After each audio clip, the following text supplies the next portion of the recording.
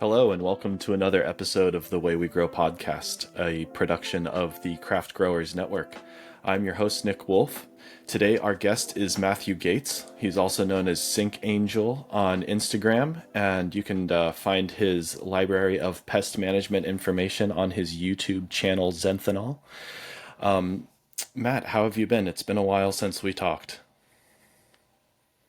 I've been really good. I've been happily productive. And I often give that answer to people actually when they ask me how I'm doing. And I've been really happy to hear it, especially right now. It's February. It's going to be for people who have seasons, unlike myself Right. living in Southern California.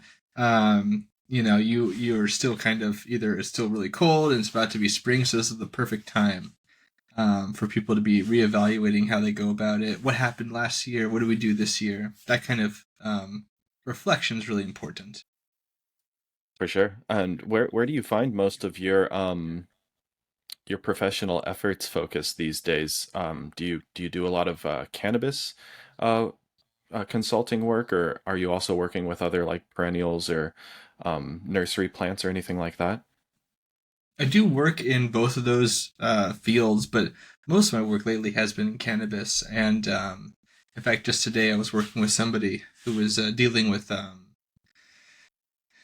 few different things actually. But it was really execution on a strategy that should be working but wasn't. Hmm. So it was just like a matter of kind of drilling into the execution, and I think we figured it out. So that was good.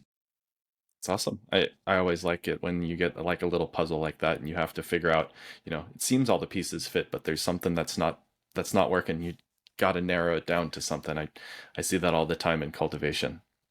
So, a lot of people will know you for the approachability of your like pest primer videos, as well as your other integrated pest management resources that you have on your YouTube channel. And then you do always provide a very uh, insightful look into pest management when you do or are on the panel of the Growing with My Fellow Growers podcast. And but this is the Way We Grow podcast, and I really like to dive into people's history with growing plants in general, whether or not that be cannabis. And considering that your professional life is more heavily focused on the cannabis side of uh, pest management applications, where did you start with growing plants in general? Was it something where you had houseplants growing up, or a vegetable garden with mom and dad, or yeah, take us back to when young Matthew Gates was entering into the world of plants. If you go before my existence into my parentage, you've got my father who grew up in Kentucky, uh, Cincinnati, Kentucky. You know, as they would often refer to it when because that's what it used to be called. Now it's Cincinnati, or I mean, some people would say that's not Kentucky, right? But he would always say it this way. Um, and he has a farm background, and so although we didn't really do any of that with me growing up personally, I think there is some of that influence that maybe should be talked about a bit, sort of appreciation. But really, my enjoyment, my like interest in like plant biology and what eventually become like an ecological appreciation too, is through insect life mostly.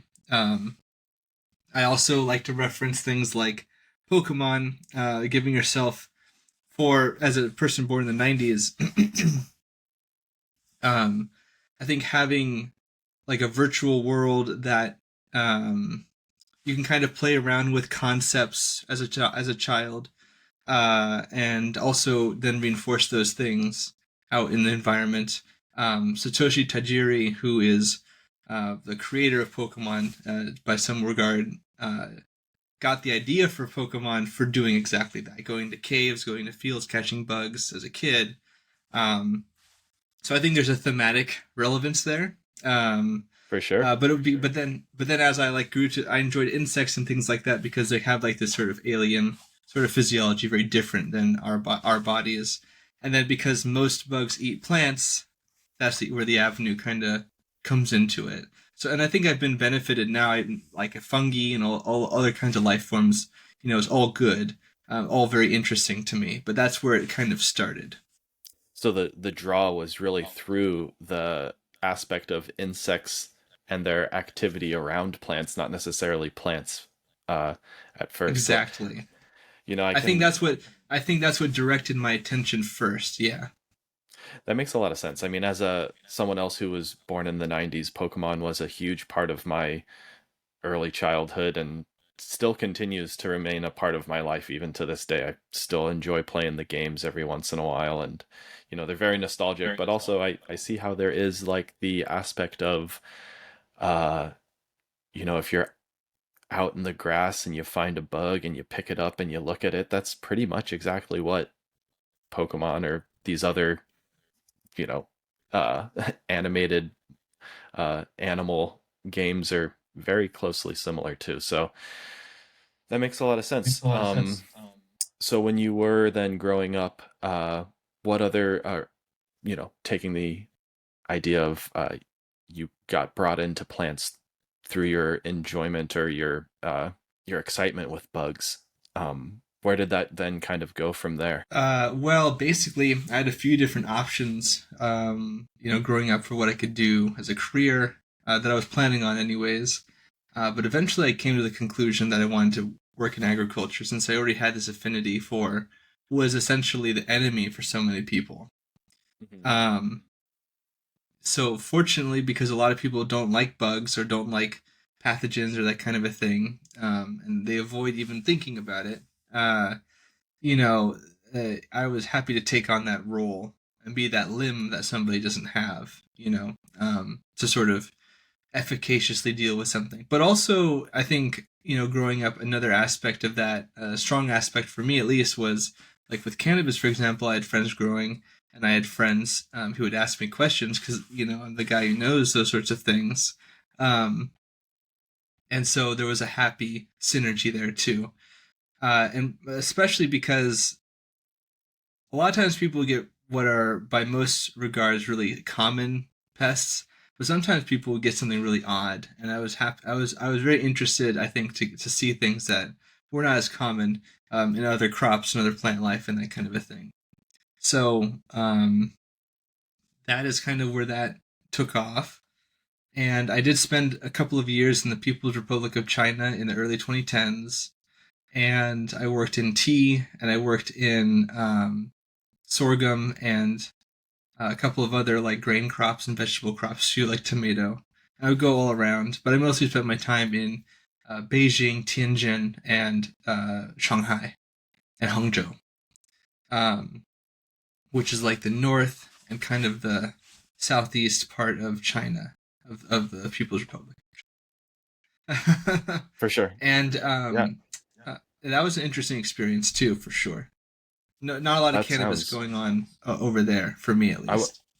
I would imagine not. Did you see any hemp or anything? Because I know that was um, somewhat of a large crop at one point in China, but I'm not really sure when that would have been.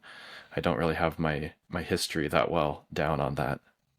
No, I mean there that exists and it's there, and I'm not totally read up on all the details, but there seems to be like a gray, some kind of a gray market Okay, for example, I know like for research chemicals, sure. and like compounds like that that are that people want to obtain maybe for like a psychedelic effect or for nootropics or whatever. As long as it's not on like the banned list, if it's a slightly different compound that has a different name, then suddenly it's okay or whatever. Um, so, anyways, like there's some of that going on too. But I wish I could make up some like really fantastic story, but I actually never got to see any, despite me being very aware that it was there and that's around.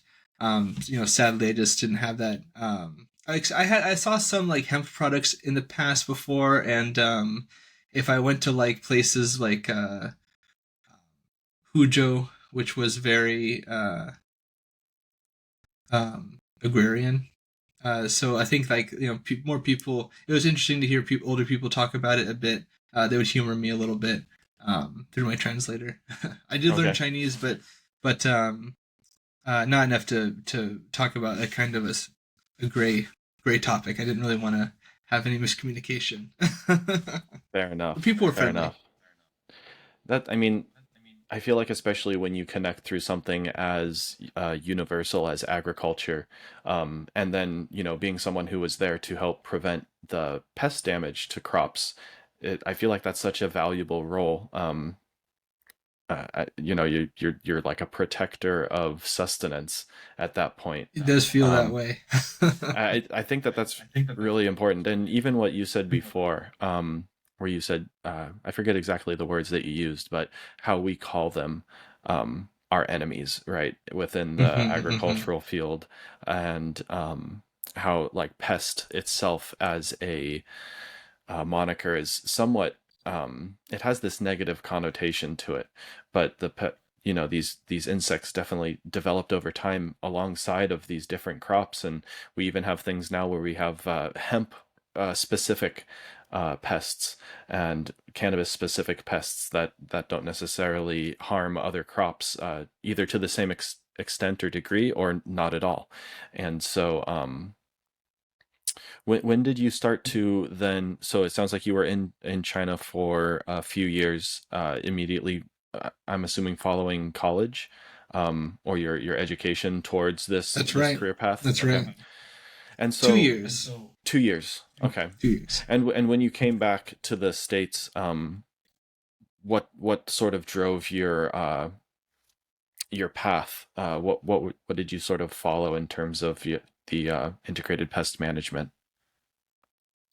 Oh well, had I basically at that point I'd already established my personal professional work, my business, Zenthal Consulting, and so at that point I was fortunate enough to have a lot of people I could contact or that were contacted me about various issues.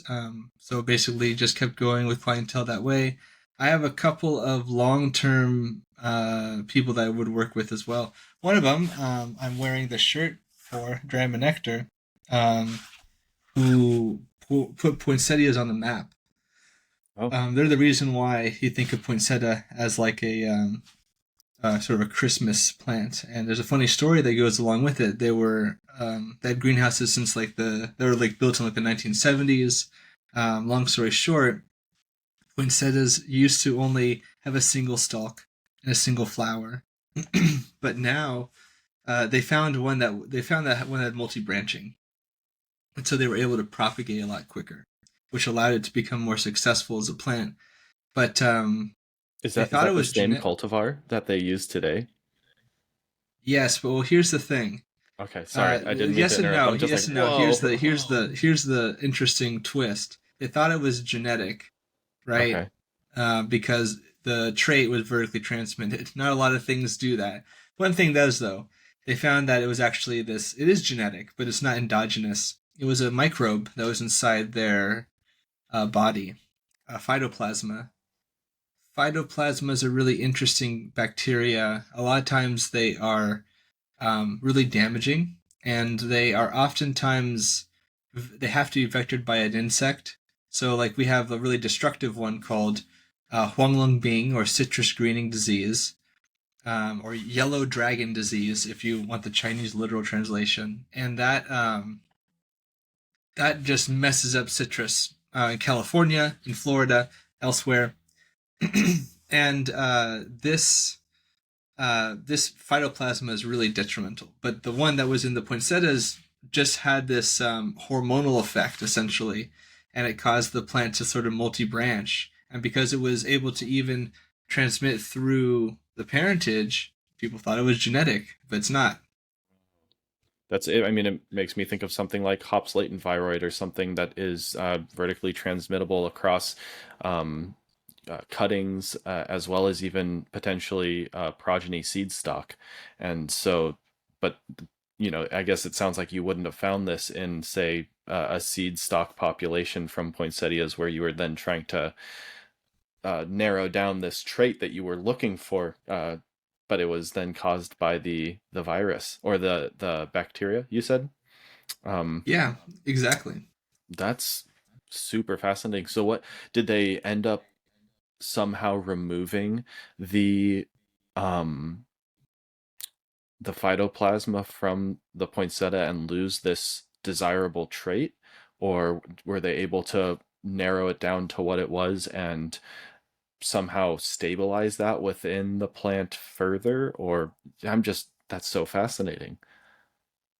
I'm not sure of the details, but I do know that um, I think they found this out by accident originally, and I think it was because, if I remember right, it could be remembering wrong, but I think that the part of the reason it was discovered by accident was because the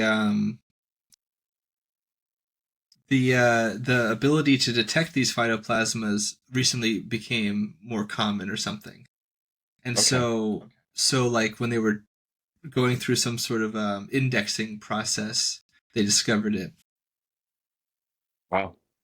And but did they, is this the same then? So it sounds like from what I asked earlier that this is the same cultivar that they're still using to have the multi-branch poinsettias.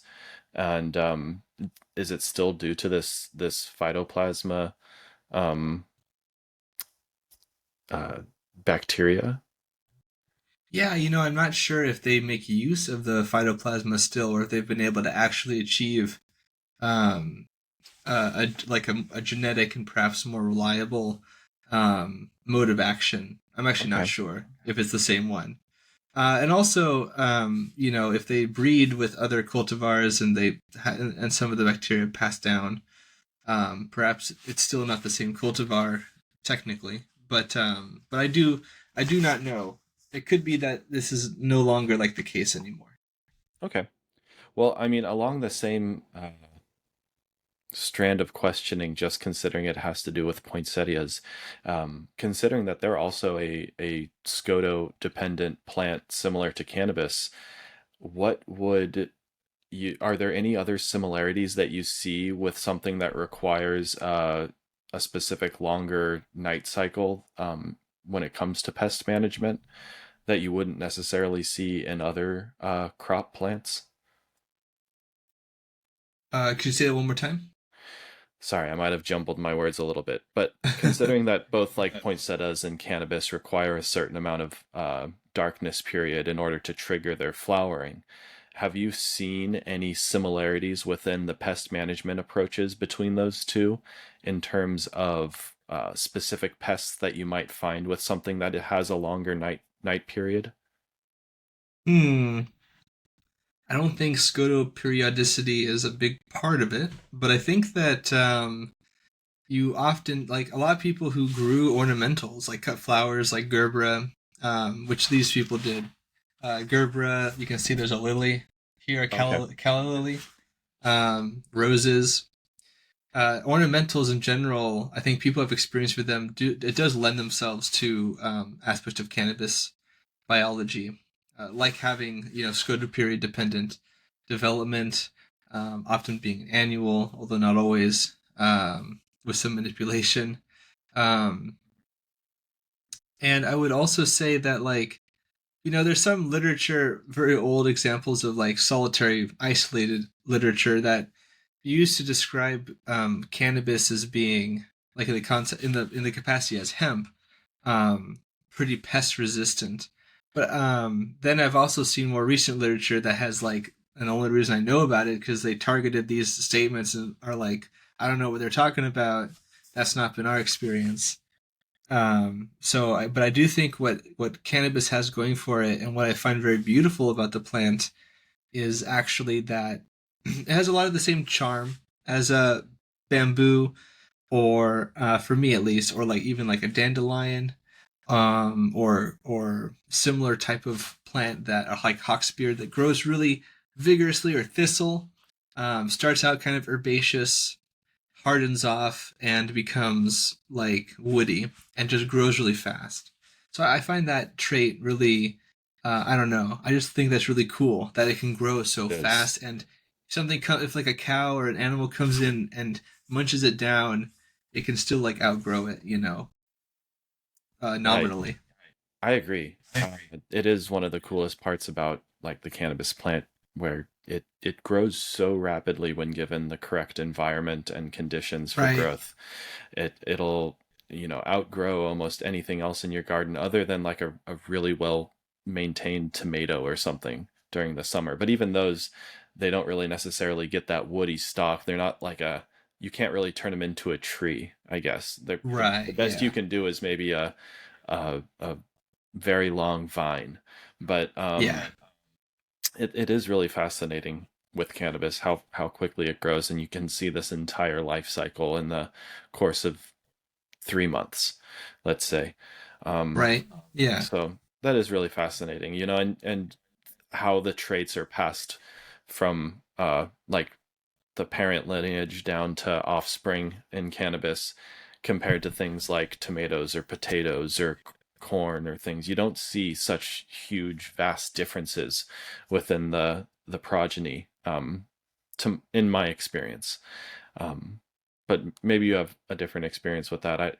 I'd like to actually get back a little bit into where you then pivoted and transitioned your focus into cannabis integrated pest management application, and then also ask about your own personal experiences with growing cannabis. I know that you have in the past, but aren't currently, and so maybe we can talk a little bit about that. Well, I mean, cannabis was in the beginning, even like pre-beginning to a degree. Okay. Okay. But with regards to like what I was growing myself, or like the kinds of things that people were growing, or Well, let's maybe make it a two-parter. Let's talk a little bit about your own personal experience, just to get a little bit of a grasp of uh, what you've personally experienced with growing cannabis, and then also what you when you transitioned into making that more of your professional path with integrated pest management. oh, sure. Well, I would say that like my favorite example is I have three big stories for me personally growing. I actually had despite this is not necessarily like how I recommend people in a commercial space or something quasi commercial, whatever you call all of this. Um, I wouldn't recommend necessarily growing this way, but I like when it's just me and I don't really care too much, and I have other avenues of access and that kind of a thing. So that's the context that I'm bringing up here. I actually am a big overgrow type of person. I'm also a big like I enjoy having a plant kind of grow without a whole lot of interaction on my part. Sometimes if I really care about the produce or that kind of a thing, like I have a loquat tree that I planted when I was in my parents' house when I was like a teenager, and we still take the loquats out, today as a big tree, and sometimes I've cut it back so that I can get a certain yield or whatever. But generally, I'm actually kind of like a set it and forget it type person, and I also prefer to not like have a bunch of rigmarole. Um, and like lights and that kind of a thing myself personally. But I Sure. love visiting people who do that kind of stuff. Um, I would say that my most informative growing was actually when I was uh, growing with my friends who were up in the high desert in like, do you know where Lone Pine, California is? I don't, but is that like kind of Independence or Bishop? yeah, yeah. Yeah. So it's around that area, sort of they're the Inyo um, land, and they had a river. Fortunately, they had access on the land to a river that went down, and they were growing the cannabis plants in this sort of high desert, high heat, very high solar radiation context, with a little bit of shade from like some oak trees, I believe they were, and this like kind of river that would irrigate it, and that was like a really cool but very interesting situation because in some way when it was nighttime you get all kinds of bugs for people who've never been to the desert, and especially the high desert of California. Southwest North America in general is full of bugs that love to be attracted to lights and things. Sure. But during the day, it can be really hot, and some bugs will not be very active, and some bugs might actually get there. And but you are kind of insulated because the only things around you are scrubby life. For sure. And so were they like growing the plants kind of like directly next to the river and just allowing the river to irrigate them that way where they didn't have to water them? That's right. It was Got it. really cool. Yeah, I mean, it sounds a lot like your style of set it and forget it. You know, you got the shade there to take care of them so that they don't necessarily get burnt, and they have plenty of access to water and probably very nutritious water as well, considering all the different silt and stuff that gets moved down the river and any Oh yeah, biologicals from fish or frogs or other wildlife that kind of is near the streams and whatnot. So that's super fascinating. Um, but I do know about the California high desert and the bugs that you can get there. You can get lots of not necessarily locusts, but grasshoppers and other things that'll just they'll chew through a crop of plants in no time flat. and then you also have the people that Yeah, you do have to account for sometimes in desert locations. There can be some wanderers who are looking for something interesting to do with their day. fair enough. I And I mean, guess. you know, I feel like as human beings, if we see sort of an outcropping of trees or some greenery in a vast Yeah, landscape of desert, you're true. gonna be drawn to it regardless of what your intentions are. So Absolutely. It's yeah, very beautiful. I'll never forget my favorite memory of that place is when it's maybe like 10, it's been like 10 years now, maybe. Um, Something like that, maybe longer. And there was like this huge snow event, and despite it being like the desert, there was like tons of snow packed away from the road. So like they had to like divert all the snow off the road, and it just like stayed there for a very long time. It was crazy to see that, and I guess it's very rare. Um, but like yeah, the mountains and everything is very peaceful. I find it really. I think people who've never experienced it, there's a desolate beauty of the area, and I found that was very um, insightful. I I could agree with that. I feel like you always see in movies and stuff the trope of people who are taking psychedelics and go out to the desert to experience their Yeah, psychedelic trip because it is like peaceful and there's just less around you to distract you from whatever that is that you're trying to experience. Um, and then so from that experience, when you started to become more heavily involved in the cannabis market as an integrated pest management specialist, what were some experiences you had there that you'd like to share? I mean, there's so many that I could. I think that for those who might be like listening and wondering to get some like IPM insight, um, I think I would say that like a big takeaway that's actually surprisingly absent in a commercial space too is actually to like know what could be a threat. It's surprising how many people don't even know some of these basics. Um, I wish I could say it was like really. I mean, it gets complicated at scale, and different regions and different seasons can be different too. I think not appreciating that as much as you could, which is like a really common problem in all kinds of business, right? So it's not unique to cannabis, but I feel like that's a really big aspect. Many like different stories and anecdotes of mine could maybe be boiled down to this like maxim of like step zero, learn the bugs and also learn what people do about them and also learn what you can do about them for your unique context. And it's hard to account for like 50 plus possibilities and maybe like 10 to 15 really common things that people will deal with. But I think if to be forewarned is to be forearmed. And that's a message I like to share for free to various people on my YouTube channel. That's why the Pest Primer series is what it is, because I would get all these questions from people, and I firmly believe in the business statement that like you have to be better than a Google search, and that's something I've said many times. But up until just this very moment, I realized that it's outmoded because people now use machine learning and AI now with the search engine uh, brouhaha that people have been talking about. For So, sure. but essentially, people can find out information. Your job is not to be a knowledge silo and be like, give me money for the secret technique. Because the ultimate answer is almost always, it depends on what you can or Yes. can't do. And it's working under those experiences and constraints that allows somebody to be, I think, informative.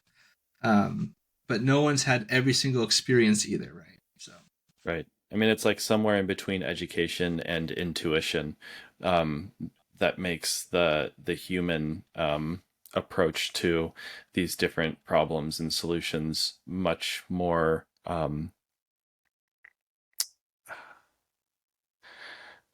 It just it's. I feel like there's a more. I'm missing the word right now, but it helps when it comes to trying to figure something out, if rather than it being this rigid, like yes no, like a key, yeah, dichotomous key. like deduction versus induction type Right. reasoning. Yeah, Yeah. yeah, I And agree so with you. You have to put on your like Sherlock Holmes cap for sure. what are some of the experiences that you've had then with integrated pest management that you felt were some of the biggest learning curves for yourself, maybe that kind of fit into this idea of needing to find a solution that fits the problem in a specific scenario? I think that the biggest one could be like learning what isn't a threat to what I just maybe the converse of what I just said. Like because I've Sure. had people, I mean, I've had people bring in, I've had people panic over nothing and find out that they spent a lot of money, time, and effort on something that wasn't an issue, like some soil mite or something. That was sort of commonplace as well, but it comes from the right place.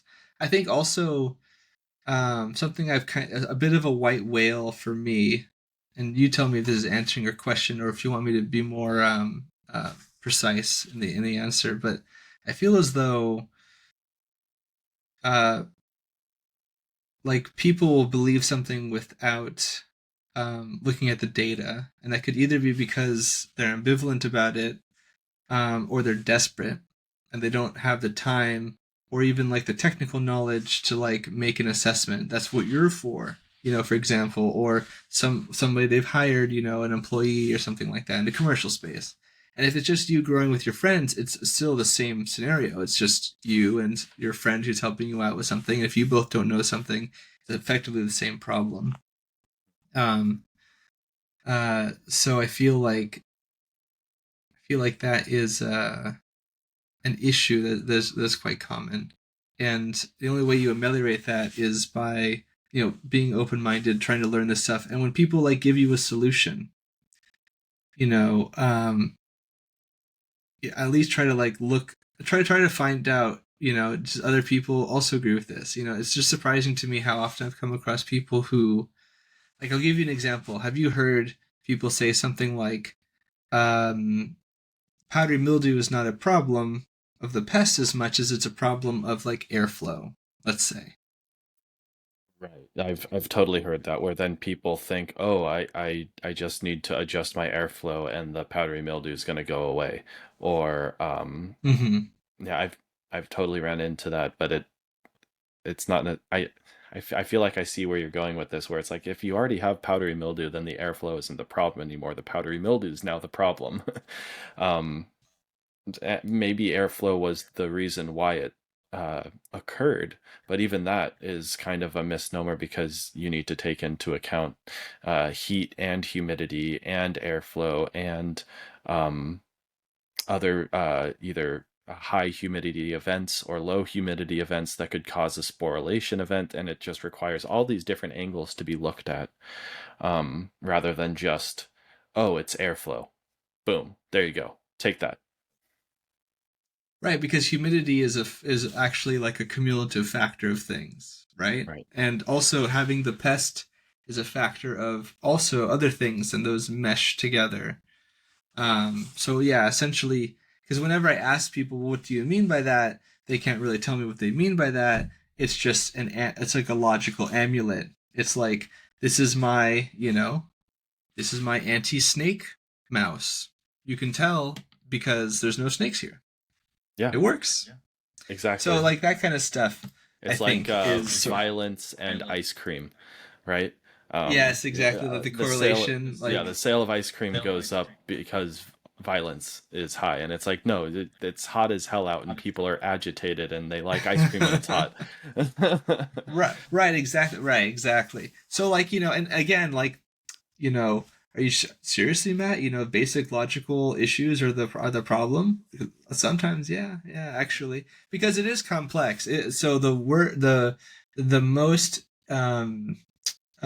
interesting might not be the best word, but like the things where I feel the most accomplished, or I feel like something really good happened here, was situations where people who were doing everything right, and they knew, and they're like talented, and they've got an expert panel of people, and they're doing everything's good, but then like something that they thought was true is now false, or something they thought that was false is now true, perhaps, and then it becomes a forensics question, because the system worked fine until just now, so something has happened here, and it's really knowing like a bunch of niche esoterica is really great in that scenario, where you have an entire system of like hundreds of thousands or millions of dollars grind to a halt because there's a new fungus in town.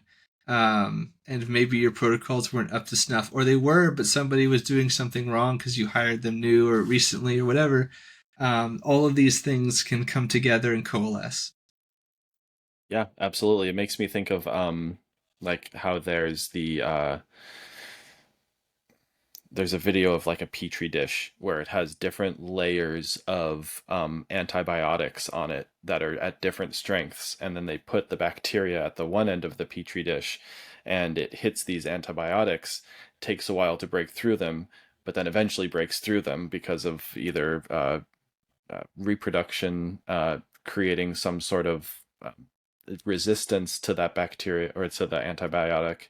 Like a But event selection pressure, the ones that survive, Right. are 10%, but then those all survive, so then it's 100%, and then yeah, for Yeah, sure. and it just keeps going, and so sometimes when you do get into like almost because growing is monotonous, right? It is the same process over and over and over again. And I feel like a lot of people don't necessarily take that into account when trying to enter into the cultivation field. They think that it's fun. They're going to be pheno hunting, and they're going to be having all this cool weed that they can test or try out, and oh, look at us, we're growing these awesome flowers. But in the end, like it when you get, 20 crops deep in one year, and then you get to the next year and it's, well, you're maybe expanded, so now it's 30 crops in that year, and it's just over and over and over again. Things are the same. And if you don't notice where those different, like maybe a standard might falter because you weren't seeing an issue, so you stop paying attention to it, then it falters, and then you go, oh my God, yeah, like you said, everything grinds to a halt, and you don't know what it is. So you do have to be like, I always say, go back to basics, try to just restart. Um, and make sure that you do have good plans in place and SOPs, especially when it comes to integrated pest management, that if you aren't just trying to reset, if you can't figure it out, then it's going to be something like a chail tasting event that does kind of hinder the progress overall of the grow. Um, so when you've found these uh, or had these experiences where it was satisfying because it was sort of, everything was working, then all of a sudden it wasn't. Um, what are some of those pitfalls that you tend to see, um, whether it be IPM or otherwise, that you've been able to help people identify within their grows? I'm tempted to say that a lot of times it's actually it could be like I think this is true at any scale actually, whether it's like a large scale commercial situation or it's a relatively small cottage scale or even just somebody growing for themselves. So it's scale agnostic, but actually it's like, something changed with the personnel. If it's one person, then it's like you are that person. But in general, like changes in people, in what you might call like infrastructural wisdom or like infrastructural knowledge or institutional knowledge, is really important. It's oftentimes hard to quantify, right? And a lot of people, I think, understand this in like their heart of hearts. That like there's like this thing, and like now that is not there anymore for whatever reason. Somebody left, or maybe those people who are executing are having something going on, or maybe they're doing fine, but the equipment that they use, didn't get checked a certain way, so the people who were applying something were fine, but unfortunately the product wasn't mixed, or things like this where it's oftentimes like sort of a cacophony of different small things, sort of breaking down, and you don't notice it. For example, but potentially at least you don't notice it because if you're doing preventative stuff and there just happens to be no snakes, to go back to the amulet example, then you think everything's fine. But then as soon as it breaks down, when I was working with the Gerber grower people here, we had a really big scare because there was powdery mildew, and we applied, or we didn't, I didn't, but they applied a fungicide for it, and there was no effect. And pesticide companies take this very seriously. There's a lot, especially with powdery mildew, but a lot of other pathogens. They have been known to develop resistances within the season that a new product is like introduced, or even beforehand. Okay. Uh, because the selection pressure is already there. But we found out that the product just wasn't applied. Oops. Oh, but they claim that it was applied. Well, we thought that it was applied. Yeah, and then they Uh, thought it was applied too. Like it wasn't it was subterfuge. It was like oops, it just didn't it didn't it was the actually end one up getting grower's sprayed. job that called in sick that day, or something as simple as that. Yeah, I do not remember exactly how it happened, but I think it has to do with who was mixing versus who was applying, and some kind of an honest mix up, because they I think they found the mixed up product. Oh well, this was obviously the thing, because if it got sprayed, then obviously it would be out there, and so something else happened, like just with water, and so that's what Got happened. it. But that kind of I, stuff happens, and it costs like lots of money, right, I and time yeah. and stuff. I mean, it you do never think about it until yeah, you either lose that worker that's been doing all these little things to, you know, putting the gum in between this and that so that they hold together for just long enough, going and kicking this one piece of equipment right in the right spot every day to make sure that it Yes, kicks on. Yeah, I mean, obviously those are silly examples, but I do but it's find true that, though. yeah, but There's a lot of it truth is to very it. true.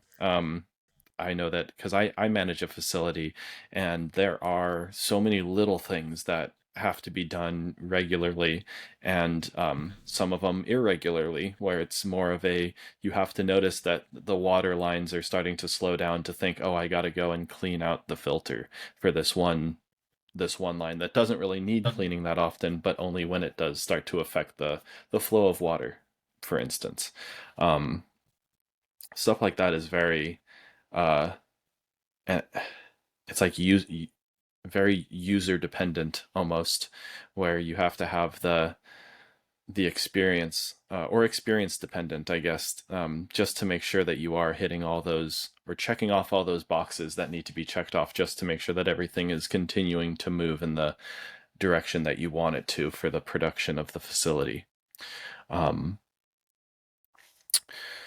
so what maybe I'll leave it open just for a little bit here. What are some other stories that you wanted to talk about, perhaps, when it comes to either IPM or cannabis or otherwise? I think that something I've been on a kick on is research into, like, I think having a respect for pests, I suppose. Let me back up and say it's very important. I think that like going back to the original reason why I even got into all this was having an affinity for something that a lot of times was a pest or a problem for the plant. Maybe in the forest or in the ecosystem we don't really care as much, but as a crop pest, certainly a problem. Um, and I think that like it lulls people into a sort of false sense of superiority, not necessarily security, although they can derive that feeling from there.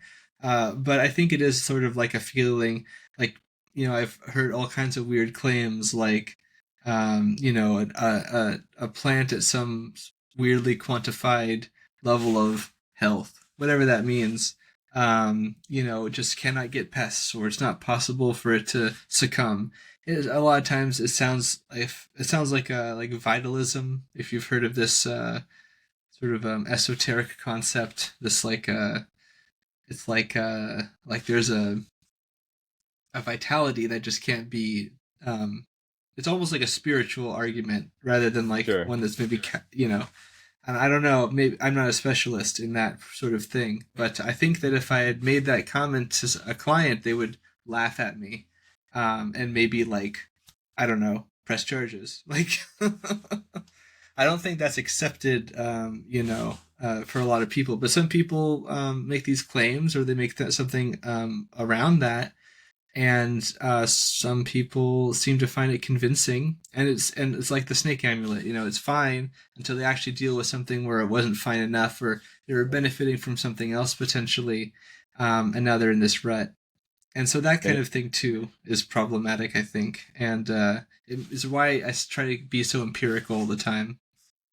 sure, I mean, it feels like another confusion of cause and correlation. Um, just True. like if you go, oh, I have the healthiest crops, the most productive crops that I have are from the healthiest plants, and my healthiest plants don't have pest problems. So the health of my plants is causing the pests to go away, and it not necessarily. It's probably more about your either refined or adequate integrated pest management applications that are causing the pests to go away, which are causing your plants to be healthier, which is causing your yields to go up or your quality to go up, or something along those lines. I see it all the time, especially in facilities where people were battling pests of some kind, and then they are able to either reduce them below the economic threshold or remove them altogether, and all of a sudden everything is working so much better. Um, and it does kind of show how important it is to have a really good integrated pest management, either specialist like yourself on call, or a really good plan in place that can be applied by the staff already. Um,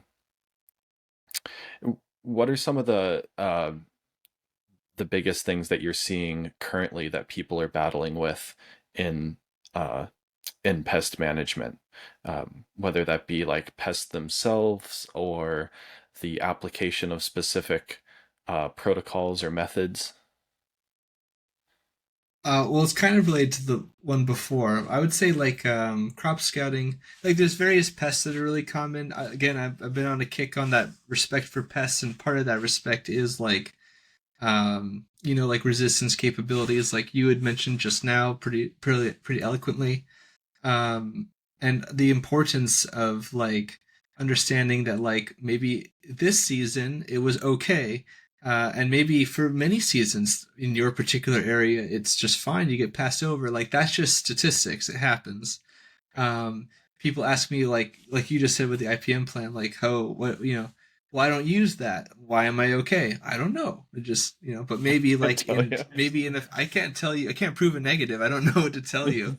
Right.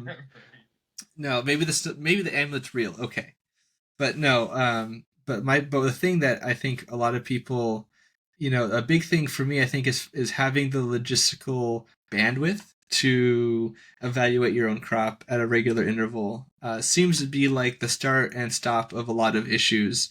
Um, Again, like people can do things, like probably your experience has been this as well. You had the right plan, it just didn't get executed as timely as maybe would have been ideal. and then you have knockoff effects on that. And so, oftentimes being able to sort of really ship that up. The problem is that it does require investment of time. It does require sometimes that you trust somebody, or you are going to be the person who does it, and then you trust somebody with something else that you couldn't trust somebody with before. Right. So that's kind of like it's. I think that is like the pre barrier to even considering it. So that is difficult. What do you think about that? I do find that, especially when it comes to the commercial application of things, that having a preventative measure in place rather than a reactive measure in place is always going to be your best bet. And by, yes, putting that responsibility into someone else's hands, you're saying that I'm prioritizing this responsibility to someone other than myself. Hopefully, that is due to the case that you're prioritizing higher or more important things to your own responsibilities. But in some cases, I've found, like, even with some of the more simple tasks within a grow environment, that by taking those on yourselves and passing on a more complex aspect of the grow to someone else, it not only teaches them, but it also helps make sure that you can then rely on them further with even bigger, more important tasks in the future. But it does mean that you have to trust them, and especially with IPM, it's one of those things that if you don't, uh, I guess misplaced trust can be a huge, huge downfall in certain aspects of cultivation.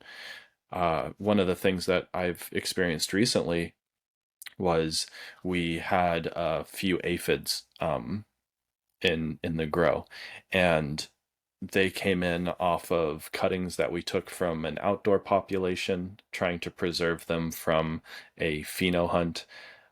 Those aphids came inside. We tried to isolate them. We then uh, had a spreading event of some kind. Can't pinpoint it down to exactly when it happened, but it did. We were then able to target and treat those pests while continuing to try to stay on top of the rest of the crop without applying harsh chemicals or a harsh chemistry. And that eventually led to, small populations moving throughout the facility and eventually ending up in a flowering room and, making part of the crop unharvestable, basically, which, you can't necessarily say, well, it's because we brought the cuttings in from outside. I mean, yes, you could go all the way back to that and say that's the exact reason why we had aphids. And of course, that is the reason why we had aphids. But there were other potential ways to prevent their spread that necessarily either weren't addressed early enough or aggressively enough. And we eventually had a little bit of crop loss. And that is also in my keeping in mind that we really did try to stay on top of it, and we were, I think, the biggest downfall was trying to bring clones in from outside, which is something that I don't plan on doing in the future, but it was something that we at least can now say, hey, we did a lot to try and prevent the spread of both pathogens and pests, and it didn't work. So we either need to try something different next time that this happens, or we need to say we just don't have it within our bandwidth to prevent this from happening, so we just should prevent it by not doing it.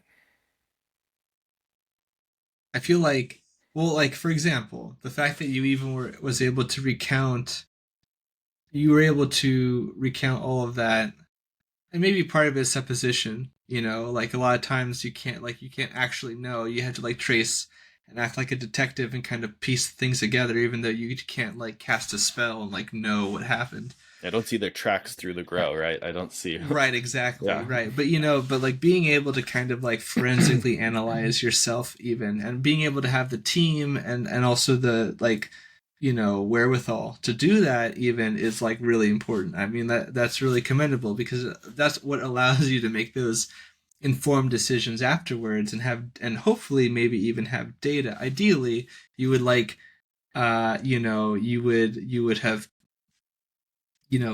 tracked it like during a quarantine phase. So like taking the cuttings isn't necessarily the bad part. Like you said, it's like, is it the fault of you taking cuttings? I mean, in a way, it's the fault that the person giving you the plants had bugs. Oh, but you shouldn't trust them. Well, it's not about trust, it's about fault. So sometimes I think people naturally also, I think, are a little denigrating there too when it comes to like, whose fault is it. Yeah, I mean, um it was all our fault, right? it Like was all our fault. it was all our There fault. There's no one else that there was could. many layers, Yeah, right? right. There's this like survivability onion, and the first layer wrapped away, and the second layer went away, and also the third and the fourth. So there were multiple small failures, but the fact that you even had checks in the is better than most people, anyways. Fair enough. Yeah, I really like our approach to IPM at the facility that I help manage. It was helped designed by Suzanne Wainwright Evans, and she's Oh, also, good. really well educated and approachable person like yourself when it comes to cannabis pests. Because there are a lot of people that don't necessarily have the direct experience with cannabis crops and pests, or they're just applying uh, chemistries that might work in other crops that have similar pests. Like they're, oh, it's a soft-bodied insect, we can use this. Um, so I do really appreciate it, especially considering from someone like yourself who, as far as I know, were and might still be a user of cannabis products. Um, that applying the wrong chemistries at the wrong times makes the end product sometimes uh, unusable for people with either specific conditions or ailments or Yeah. sensitivities. Um, what I guess to get back though to some of your experience within the cannabis cultivation uh, industry, what are some of the biggest successes that you've seen where you went into a facility, they had a huge problem, you gave them maybe even like a simple plan, and they followed it and boom, took care of it? Oh, my favorite example probably is from Dram and Nectar again, just because of the scale. And one of my earliest ones where I felt like I was super valuable, was actually one of the major reasons I was even contracted with them was because they had some people who had been growing. They had some workers who'd been there for like 35 years, and they didn't want to learn how to use new technology like an iPad to scout for plants. And if I'm being honest, they were extremely talented people, and I totally get not wanting to like learn some newfangled thing, but unfortunately, they were duplicating data a lot, and so that took a lot of their time. But the pests that they dealt with, that we together developed a system for, was leaf miner fly in Gerbera daisies. Not normally a pest of Gerbera, but for those who don't know what leaf miner is, it's a fly, usually Myza. They have a yellow black body, and they're kind of pretty. Mosca pinta, the painted fly in Spanish. And what would happen is that the larvae are laid in the leaf material as eggs, and then as they grow together, they create these like patterns in the leaves because they're mining through it, creating these tunnels. And then they come out, they pupate, become a fly, and the cycle continues. Now, their leaves had gotten skeletonized. They were so full of leaf miner fly, and they got really bad. I still remember the weeks. The peak time we would get them is week 29. So weeks 29 through 32 was like, I think if I'm checking my time right, that's like the dead of summer, like June or July somewhere. Um, and we would use this iPad. We would track the numbers of flies that we would get on the glue traps that we would put in each greenhouse. And somebody would come around, collect all of them, literally count all of them, input that information into a data program, and then we would see that data visualized. Very key. Not a lot of people do this, but it's really useful because when we released these wasps called diglyphus, which we've used several times in the past, we would get some effect, but eventually, we were able to use the data to see exactly when the leaf miners would go up. I did a regression analysis to kind of check the relationship, and basically, long story short, we saved like $250,000 of basically product loss, a combination of a product gain, or getting rid of the loss, and more efficient use of the diglyphus, which were pretty expensive at like 50 cents a wasp, and you get like Whoa, hundreds at a time. Um, that is expensive. Um, as a if you're releasing a mass population into a what I'm assuming is like a large greenhouse area or something like that with active fans and stuff that are just gonna decimate any bugs that get pulled into those streams um but was it just by adjusting the release date perhaps in correlation to the population boom to help make sure that it kept it under control? Yeah, so like that those like 2 or 3 weeks are like the place where we get like the most damage, because you're seeing the adults. So the adult population goes up, so the larval population is about to go up, and then you don't see that because they're not in the sticky card, and then you see the adult population the next week or two. So uh, being really successful here was allowed me to convince my collaborators, the people who hired me, the admin staff, were loved it. The people who had to learn how to use the iPad were not huge fans in the beginning, but then they just couldn't look at that and go whatever. So they were really that allowed them to buy into a process that actually made their lives really simple once they learned how to use it, and then they really liked it. And yeah, it was adjustment of the timing for that. But then it also made us not have to buy so many in the future too, so it was kind of a double whammy. And then we continued to do that for the rest of that season, and then moving into because like Valentine's Day and Mother's Day are the biggest flower days, so we really couldn't let the plants get super damaged, because we would have them for multiple years.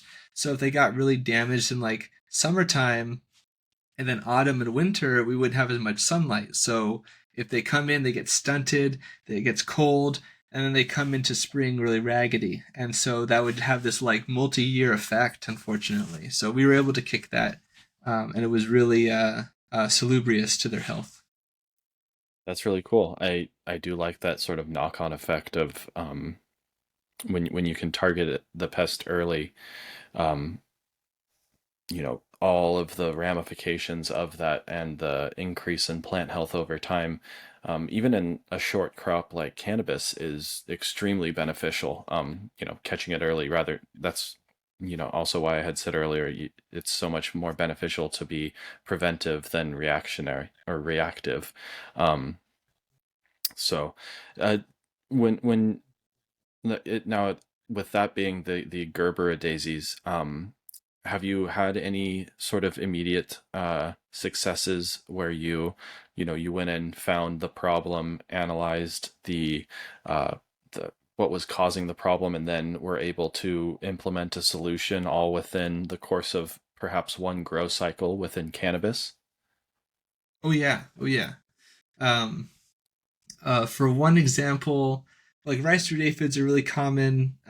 So like I usually get like two schools of thought with people. One is people who have, like, one person told me recently, it was like, I'm going to paraphrase it, but it was like, my experience with aphids is like small and harrowing, like really bad. So the only experience I had was terrible, but I don't have that much experience. So people tell me it can be dealt with. Can we do this? And then we have people who have like kind of learned what works best for them, and assuming that they like screen for them and they find them early, there's no problem for them too. So it's like it can be very different. It can be very different. But I think my favorite example probably exists within a rice root aphid example, where I think my favorite one is when I was working with this indoor grow, and they had been dealing with rice root aphid for like 2 years at that point, which I actually wasn't aware of at first. Um, they actually transplant. They had to bring all their plants from a different location to this location, and they just kind of brought them with them. They were already aware of them, and the main issue was basically that I think it was really a matter of not getting enough effectively coverage because they act well again, kind of like other examples I mentioned.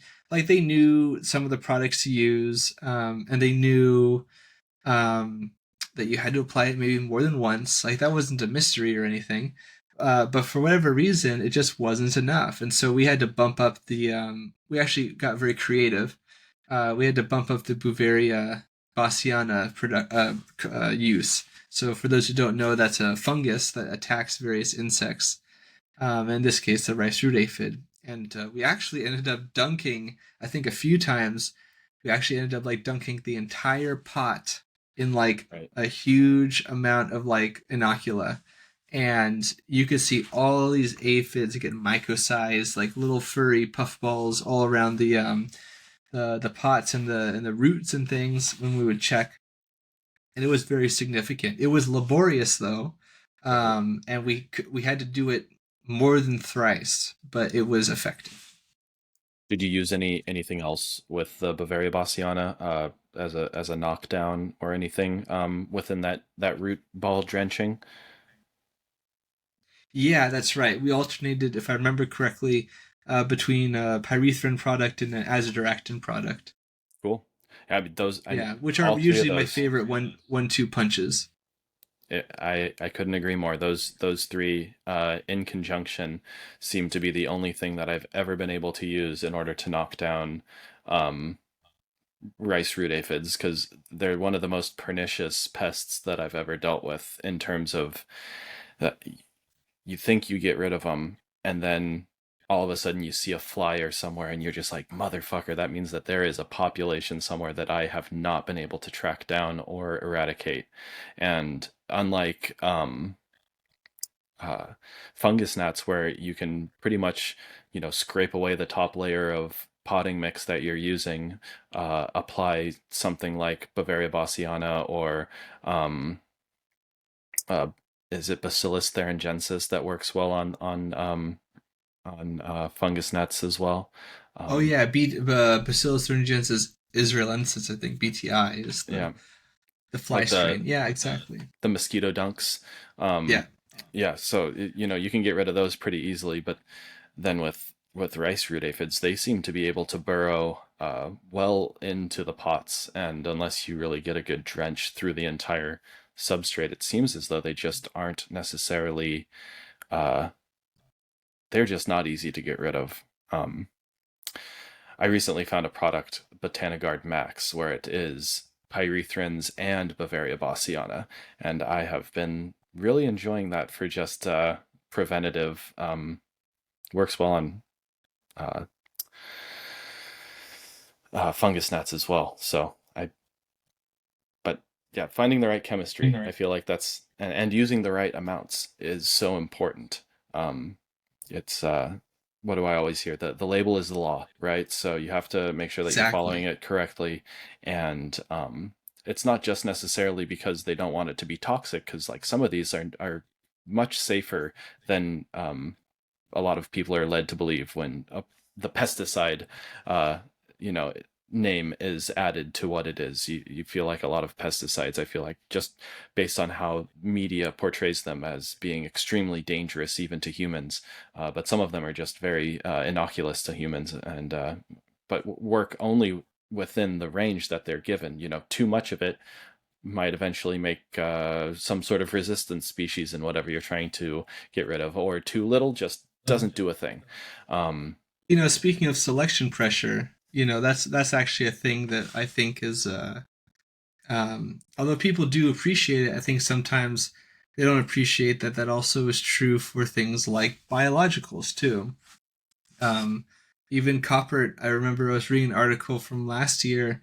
There was a type of aphid that was colonizing pepper plants in the Netherlands and other parts of Europe, And the reason why Coppert made a statement was because they found that actually the aphid was resistant to parasitoid wasps. I'm not sure how they quantified that or anything, but if they're talking about it, then I assume that they're willing to be forthright, because you'd have no reason to mention that, like kind of perversely incentivized not to mention that. But it's a very responsible thing to say if you feel like that's true. And we know that there's aphids that have like little viral symbionts of their bacteria in their body that create toxins that kill these wasp larvae. So, Really? yeah, that's how it works. So there's a Whoa. bacteriophage. Normally, those kill bacteria, but it's actually lysogenic, so it's actually integrated into the genome of the bacteria, and then that bacteria has is in the Haemorrhoitinella defensa is one example at least where this process happens in a lot of aphids, and so when the wasp That's puts crazy. its I know, right, puts its egg in the body, the bacteria produces these toxins and they kill the larva as it develops. And then also different bacteriophages have different mutations of these toxins that make them more or less survivable. So it's really complex. And I think that although it's not really possible to check for this sort of thing in the field, it's the kind of thing where like if you know this, then it alters your perspective on ecology, on your SOPs. So the more you know, the better, right? It makes me think of the Marvel villain Venom, where it's like a Yeah. symbiote that helps you know the wrongdoings of this villain, almost like where the aphids are the villain in this. But of course, that's Right, just right. me anthropomorphizing them. No, but um, like, no, I get what you're saying. No, it's true. It's a deadly dance. It's a deadly it dance. is. It is. One of the things that I'm always so very concerned about is the overuse of specific pesticides like pyrethrins, where considering it is just like a contact kill, due to I believe it interferes with the nervous system of the pest. That there can be resiliences that develop in populations over time, and so again, that's also why applying the correct amount of chemistry is so important. Because if you don't kill them um, rapidly, or at least knock down the population rapidly, then you have that much more potential for them to gain these different resiliences. Um, are there any experiences like that you've faced where people were applying the same product over and over and over again, and a pest just eventually worked its way back into their settings? Yeah, it's sometimes it's hard to confirm.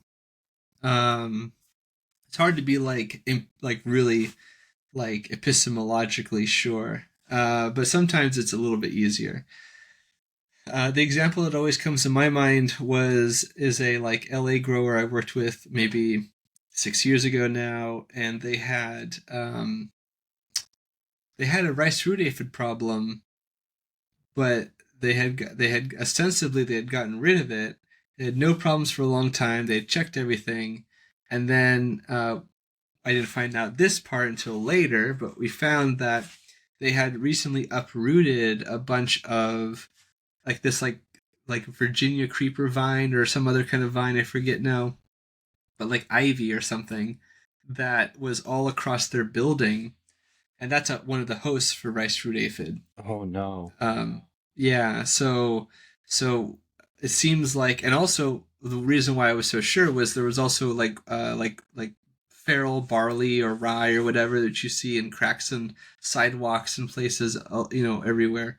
And I pulled out the roots, and it's like there's a rice root aphid right there, and there were a couple of others that were on like the plants and in the property space, and they had this door going inside, and it was like an inch like of like clearance, which is spacious for a rice root aphid.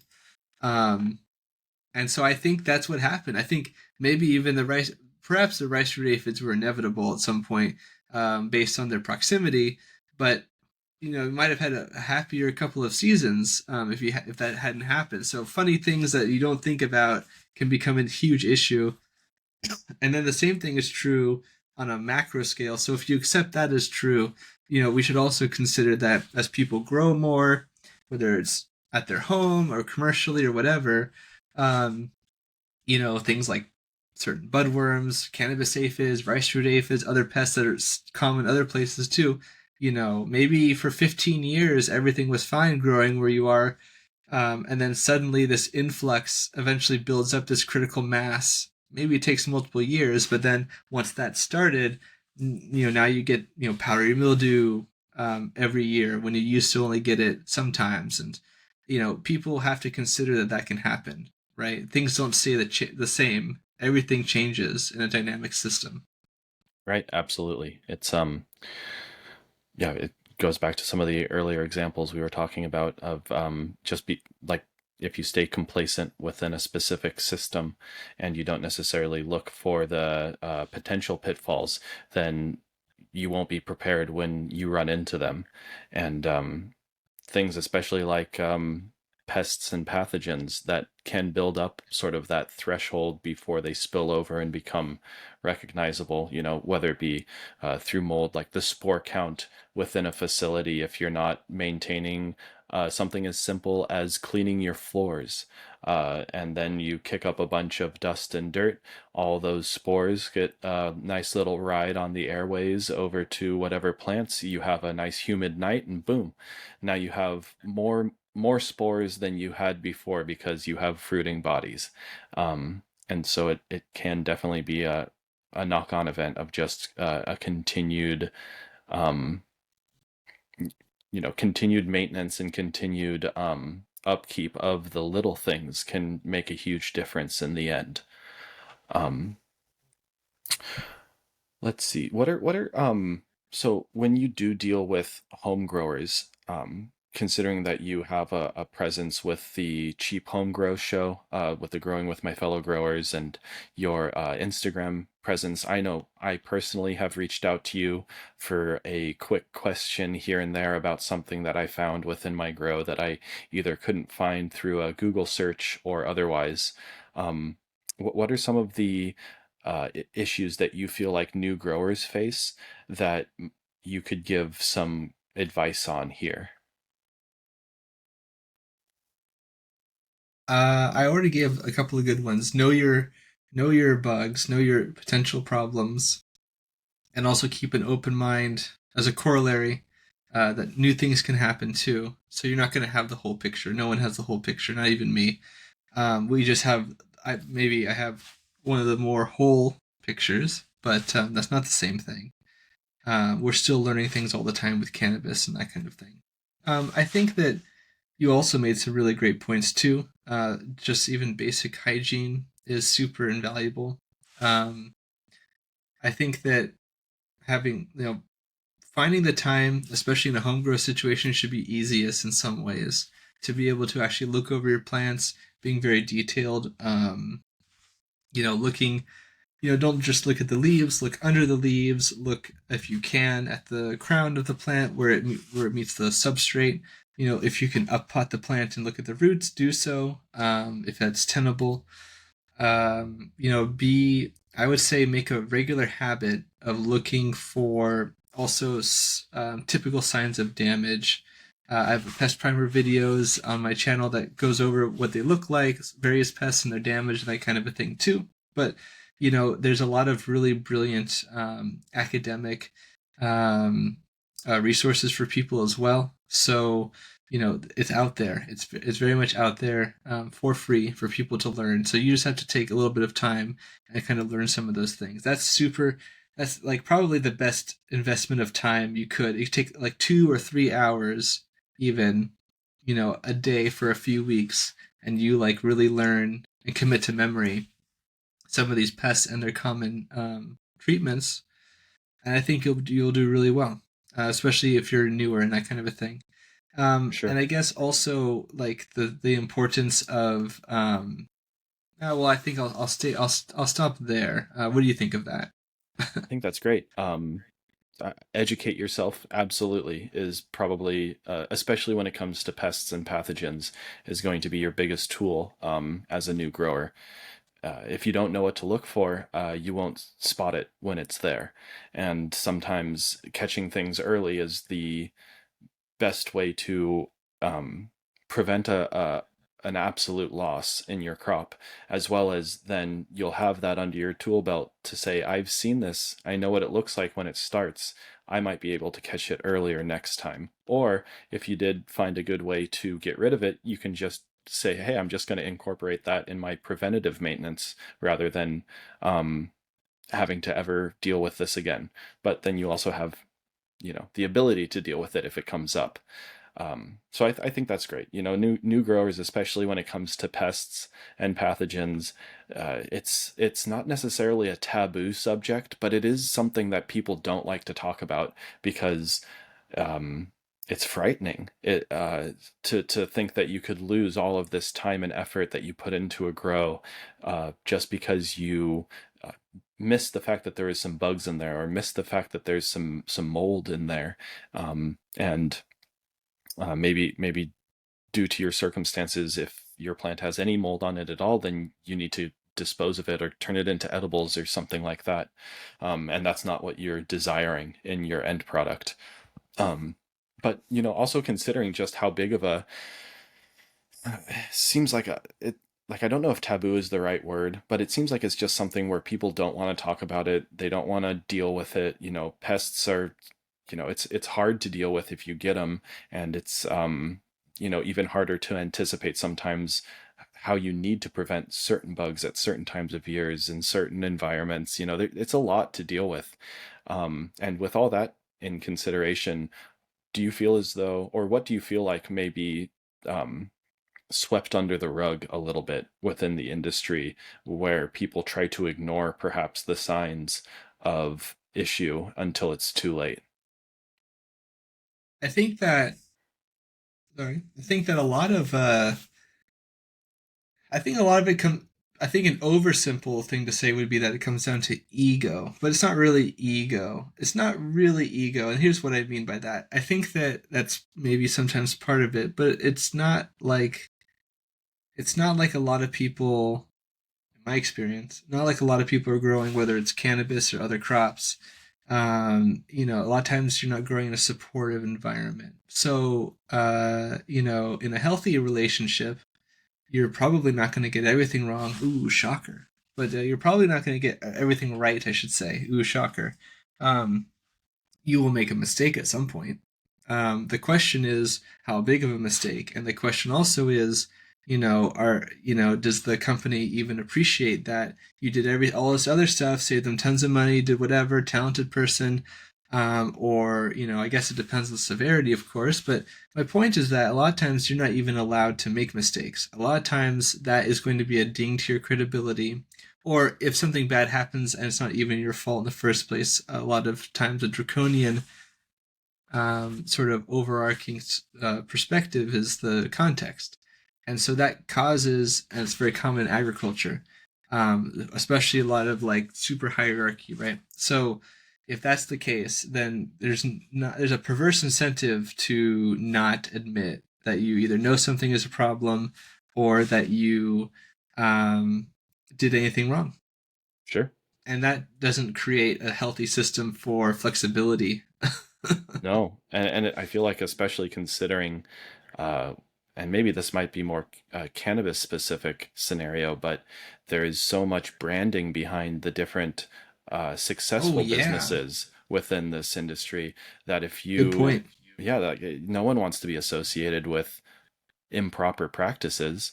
Um, if you say, hey, you like the way that that smokes, awesome. I've been spraying it with chemicals all the way up to week 4 of flower, and it Right. still had mold and some pests on it. How do you like it now? Yeah. Some people are gonna, stare at you blank faced because they have no idea that cannabis was grown as a plant in a crop, scenario. And then Yeah, exactly. some people are going to be disgusted by that and say, oh well, that's because you're growing non-organically. That's because you're, this, that, and the other thing that they can start to point fingers Yeah. at. But yeah, it's a perception is huge when it comes to branding and the development of brands and the ability to maintain uh, a profitable business model within what is currently one of probably the I feel like it has like the biggest highs and the biggest lows right now out of an agricultural industry within the country. Maybe not outside of the country, but for sure, and through my experience, it seems like people want cannabis and they want really good cannabis, but they don't want to keep spending more money on it if it keeps getting better. They don't want to um, learn more about it if there's more to be learned about it. They just want the product, which is unfortunately, we are within this capitalistic economy that we live in, and it's kind of par for the course. Um, I keep hearing people say that, oh, at some point this is going to turn around. The price points of the different pounds that people can sell within the commercial market, or that things are going to get better. But I just don't really see that happening.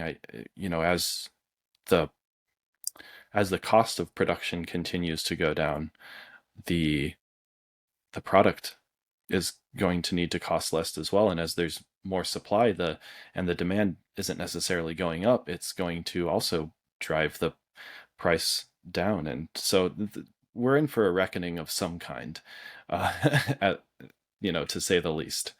Um, but I do think that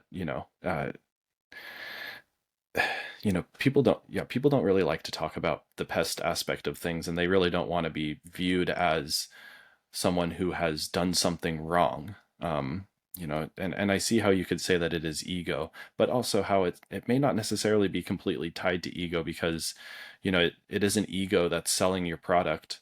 It that may be, I mean, depending on the brand, right? Maybe your brand is entirely egotistical and all about yourself, but um if you're hurting the brand, or if you're hurting the reputation of a company, then um ego does not help it become re-ingratiated to the community.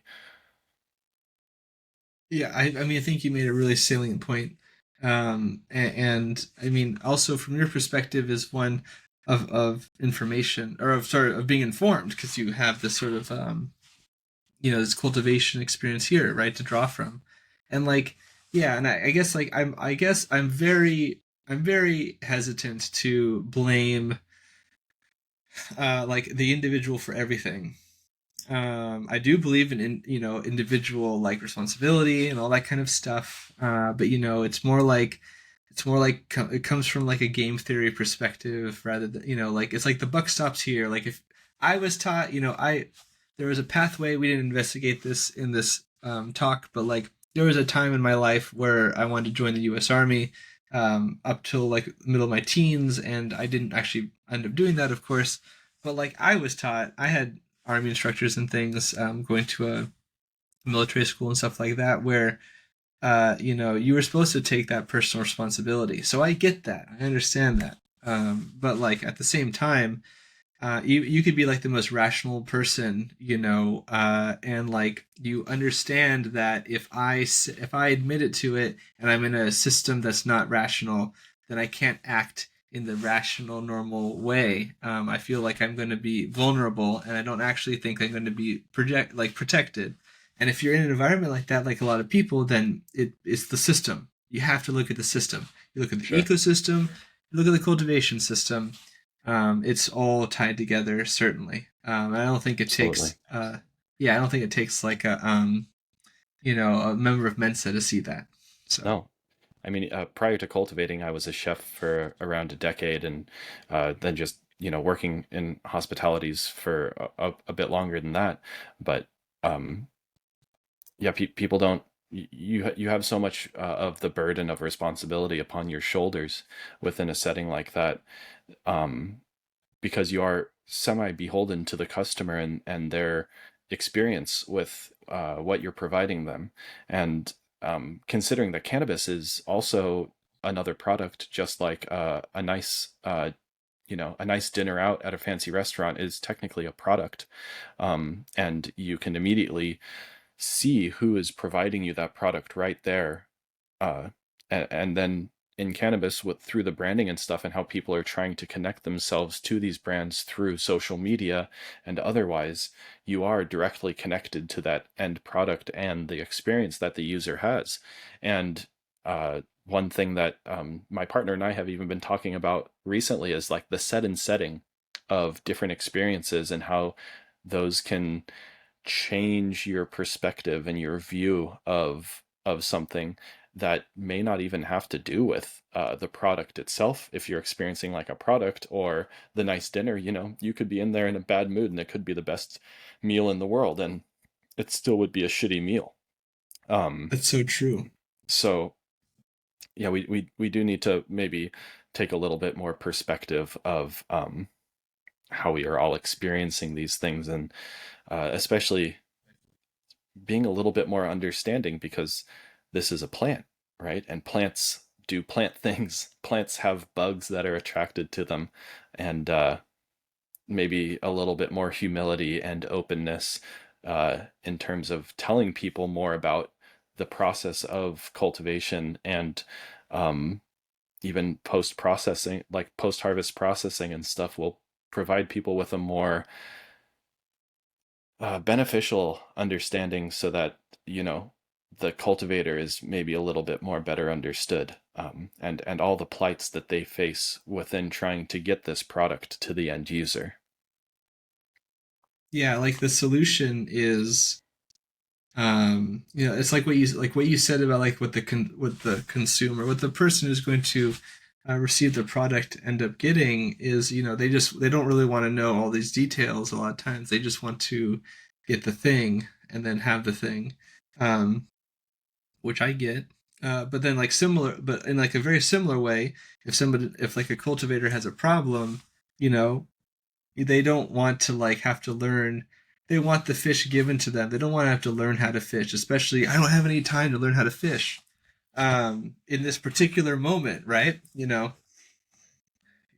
Give me yeah, but like like a robust answer is always like superior, and like it's like that saying, like every problem has an answer that's simple and wrong or whatever, and it's so true. um and I just think that like everyone, it is really, I think, an informed citizen's responsibility to know what's going on, and like if you abscond from that responsibility to like be informed, like I don't know how to help you with that. That's beyond that's beyond my ken. But I think that like people, like, I get why it's like kind of a self-reinforcing vicious cycle where people don't want to be open on one end, and other people have had to for a long time not been open. That was the strat for a long time in growing cannabis. And yeah, it's very, and I think you're also, I want to say that I feel like your perspective on the market is realistic. I also respect that cannabis is more than a market product, and I think that's also an absolutely valid perspective. Is also my perspective too.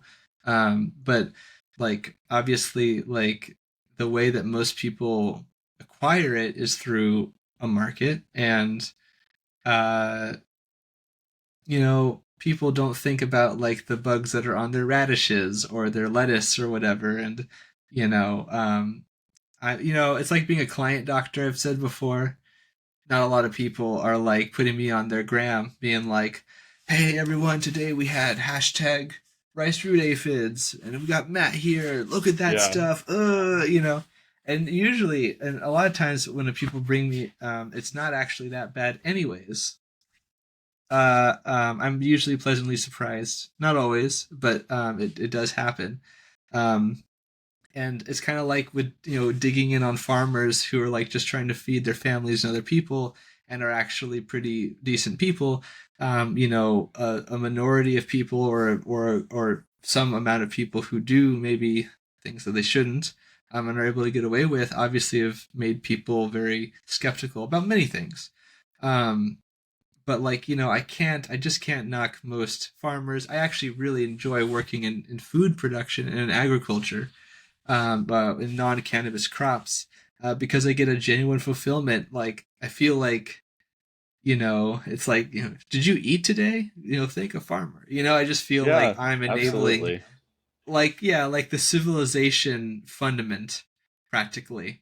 And so that gives me a lot of, it makes me feel really good. I felt best working in food crops, and I felt the least fulfilled working, I'm sad to say, in ornamental crops, because that's just going in a vase, folks.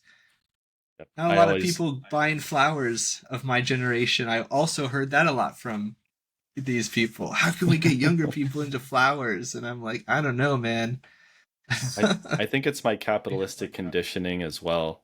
But whenever I am planning out like a home garden or something, everything I'm like everything that's in there has to be working. Nothing's in there for free just to look pretty. I want to make sure Right. that everything's doing something, whether it be providing um some sort of like bane properties to a pest or a you know whether that be like bug or rodent or otherwise that is around that I want to keep away, or if it's something just for the pollinators to make sure that I have a good population of pollinators in the area. But then everything else, I'm like, yeah, you're working for me. I need to eat you. I need to make sure that you're Yeah. you're doing the things that I need you to do. Um, Right. And I think that's super valid though. That's like a sim, they call it like symbiotic nowadays. That's a okay, new research term. People with synthetic biology, or synthetic ecosystems. But it's like, I mean, it sounds really like extreme or weird or something, but really it's the same as like having a fish tank or a greenhouse or a sure, garden. It's the sure, same biodome. concept. Yeah, It's biodome, exactly. yeah, Uh, it's the same concept. It's not like the Terminator coming to kill all life. It's literally what's the most holistic approach to the ecosystem I can make, and then also factoring the fact that people use money to make things happen. right. And then that's just a resource in and of itself. And Yeah. then that's it. It's normal. Even You know, plants have to proportionally react to pests with the resources that they work for right. by quenching photons in their chlorophyll. So it's the same thing all the way down. Yes, I agree. And it does feel a little better to know that I am also then trying to provide this more holistic approach rather than just saying I am monocropping corn and I'm going to dry Mhm. some and I'm going to eat some fresh, but that's all I'm growing because then I only have to focus on one thing. That's where we've gone wrong in a lot of ways in agriculture. And maybe there is more opportunity in the future for this synthesized bio approach that would allow for maybe even like something as extreme as less ecological collapse for certain species Yeah. or otherwise, just by helping maintain the things that they need to survive as well as what you use to survive as a human. Yeah, I like that a lot. um or it even can like or even like isolating yourself. I know that's a lot of times that's sort of anathema to how people like to do those sorts of, to have like an ecosystem approach, but maybe in some ways it is actually better to be responsible and like kind of keep things inside, and you can still use like various microbial consortia and predator insects and pollen and banker plants and all that stuff, but maybe you like sort of internalize some or all of those components so that there's less spread, or that I just think that's really interesting, and I love that people of my generation have really pivoted, at least for those who do care. I guess it's a lot more than the past, but like people are pivoting towards sustainability. People are pivoting towards, um, just general better understanding to be informed. I do feel yeah, like there's more people who could do that, but I do think that people are raising an alarm about things that maybe should have even 50 years ago. So it's endearing to see that, and I'm glad to see yeah, that you seem to also be such a person. So that's always good to see. for sure. I mean, it feels like the communal approach in the long run does create a more positive benefit for a greater population than, say, an isolated approach where you're really just focusing on what you need or what you can get Mhm. the most out of something. there's a lot of privilege within isolation as well that a lot of people don't have access to, and community is required in a lot of ways in order to make sure or ensure the health and survival of populations of people. And if the end goal of this is all to either potentially make humans you know more happy, more comfortable, more healthy, I don't know, more, then looking at it through the communal lens rather than the isolated lens does feel like a much better approach. I agree with that.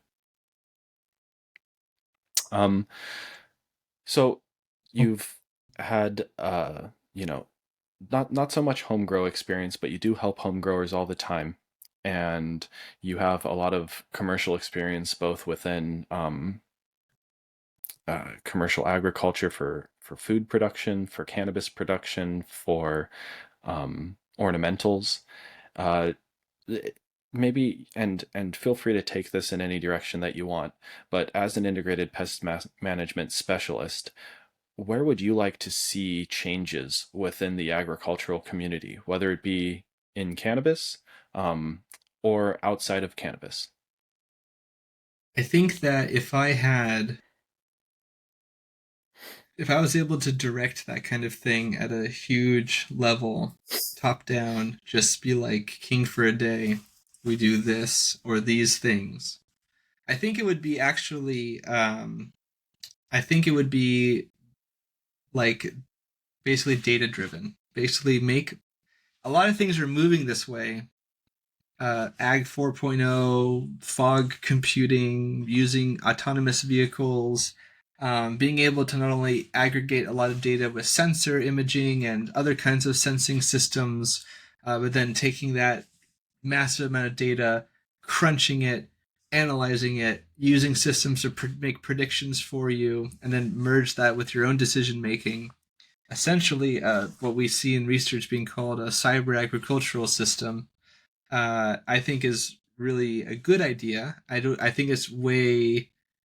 I mean, I think that it solves certain problems that I've actually find really disgusting in agriculture. Mainly being forced indentured servitude, a basically millennia old tradition since agriculture has existed. I would say more or less, whether you did it to your own people or other people's people, it's a thing, and I don't like it. And I think that that could help with some of that kind of thing. At least it makes people use resources a little bit more efficiently. That's always good. The problem is that, and historically, the problem with doing things like this is that the technologies just aren't democratized enough, which is super understandable reason why they haven't been adopted. Really expensive, and also maybe not as like capable as they were in like 10 years, 20 years before, whatever. But back when Game Boy was new, right? Like, but nowadays it's I think a different sort of tune, and I think that specifically the subsidization of that data, like imagine if I've seen research coming out of China actually that I've been kind of enamored with, but I understand why they get to do the things they do. I'm not an advocate for it, but when you have a government that's just going to direct and subsidize tons of money towards something like that, you can get certain benefits out of it. And I think a similar thing, like we've done in the U.S. and other countries, could also adopt this subsidization of regional data tracking. Like for example, for budworms, knowing when is it that they emerge in your area, what's the degree day, intervals, this kind of data. We don't have to memorize it as people. We can have systems that kind of figure this out. And a Send you a lot of the nice little push predictions, notification, say, hey, go apply this today because these events just occurred. 100%. Or Yeah, did you know that like it's gonna like even like weather prediction that we have now sure. is like having an oracle in your pocket, right? Like so, and Yeah, and and they're not actually getting high off of volcanic fumes. They're actually predicting right. stuff.